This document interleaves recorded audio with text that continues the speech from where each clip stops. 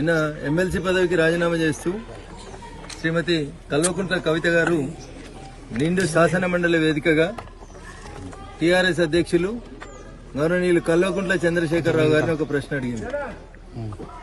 Bharatiya Janata party Chandrashekar Rao గారు ముఖ్యమంత్రిగా ఉన్నప్పటి నుంచి అడుగుతున్నటువంటి ప్రశ్ననే నిన్న నిండు శాసన మండలిలో కవిత అడిగింది.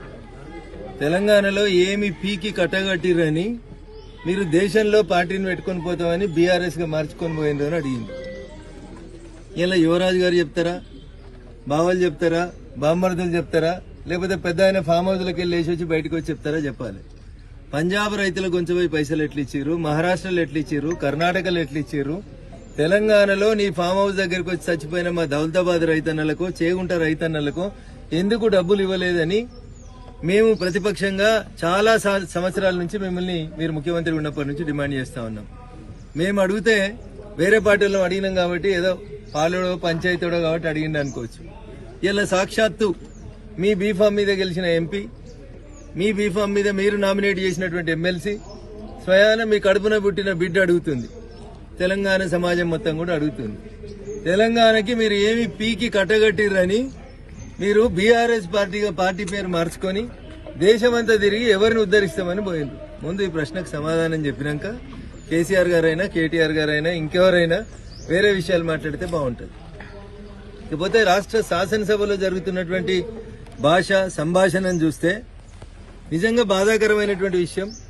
చదువుకున్న వాళ్ళు, కొత్త వాళ్ళు, రాజకీయాలకి రావాలనుకుంటున్నటువంటి మేధావులు, ఈ రాష్ట్రంలో అధికారంలో ఉన్నటువంటి కాంగ్రెస్ పార్టీ నాయకుడు, ముఖ్యమంత్రి గారు, ప్రతిపక్ష నాయకులు మాట్లాడుతున్నటువంటి మాటల్ని చూస్తుంటే సిగ్గుతో తల వంచుకునేటువంటి పరిస్థితి ఉంది.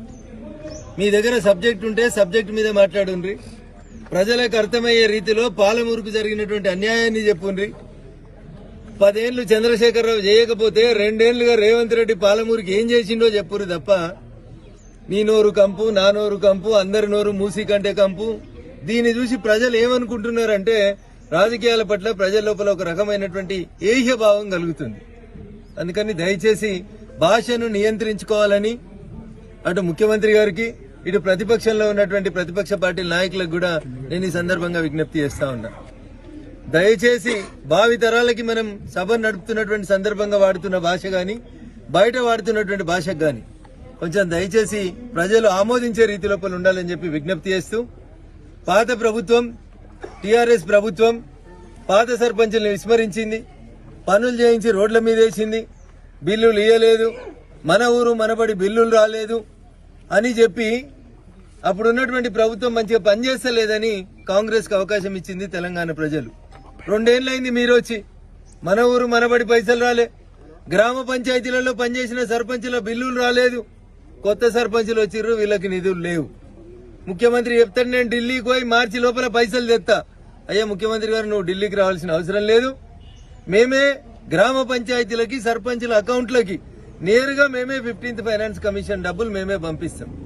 కాబట్టి మేమిచ్చిన పైసలు, భారత ప్రభుత్వం ఇచ్చిన పైసలు, ఢిల్లీ నుంచి వచ్చిన పైసలు నేను ఇచ్చిన అని సంకలు గుద్దుకోవడం గాక దయచేసి గ్రామ పంచాయతీలు పటిష్టంగా ఉండాలంటే, ఏదో అంటారు కదా పొద్దుగలైతే మహాత్మా గాంధీ గారి పేరు తీసేసిరని మాట్లాడుతున్నారు కదా. నిజంగా మహాత్మా గాంధీ కలలు కన్నటువంటి పల్లెలు బాగుండాలనే కోరిక మీకుంటే, అయ్యా ముఖ్యమంత్రి గారు, కేంద్రం ఎట్లయితే 15th ఫైనాన్స్ కమిషన్ నిధులు నేరుగా గ్రామ పంచాయతీలకు ఇస్తుందో మీకు చేతనైతే 100 ఇస్తారా, 200 ఇస్తారా, 1000 కోట్లు ఇస్తారా ఇయ్యండ్రి. బట్టి గారు పెట్టిరు కదా 2.5 లక్షల కోట్ల బడ్జెట్ పెట్టిండు. 2.5 లక్షల కోట్ల బడ్జెట్ లో ఒక్కొక్క పంచాయతీకి 10 లక్షలు, 12,000 పంచాయతీలు ఉన్నాయి. 12,000 పంచాయతీలు ఇంటూ 10 లక్షలు లెక్కేస్తే 1,200 కోట్లు కూడా కావు. గివి ఇయ్యండి ముందుగాల చేతనైతే. కేంద్రంకి వెళ్ళి 3,000 కోట్లు తెస్తా, కేంద్రం ఇస్తుంది, మేమే బాధ్యతగా ఉన్నాం. రేపు మార్చి 31 లోపల మీరు మున్సిపల్ ఎన్నికలు పెడితే భారత ప్రభుత్వం సుమారు 1,000 కోట్ల రూపాయలు మున్సిపాలిటీలకు రిలీజ్ చేస్తా అని చెప్పింది. మీరు మున్సిపాలిటీలలో కలిసినటువంటి వార్డుల విభజన రాదు మీకు. గజ్వేల్ మున్సిపాలిటీలో వచ్చినటువంటి మా దుబ్బాక శాసనసభ నియోజకవర్గంలో మల్లన్న సాగర్ వల్ల మునిగి వచ్చినటువంటి ముంపు గ్రామాల ఓటర్లని గజ్వేల్ మున్సిపాలిటీలో ఎట్లా కలపాలనో తెలియదు. జీహెచ్ఎంసీలో 300 వార్డులు చేస్తే వాటిని ఎట్లా విభజించాలనో తెలియదు. అసలు మీ ఆలోచన ఏంది? అసలైన తొలి వెలుగు. ఫాలో వాట్సాప్ @తొలి వెలుగు అఫీషియల్.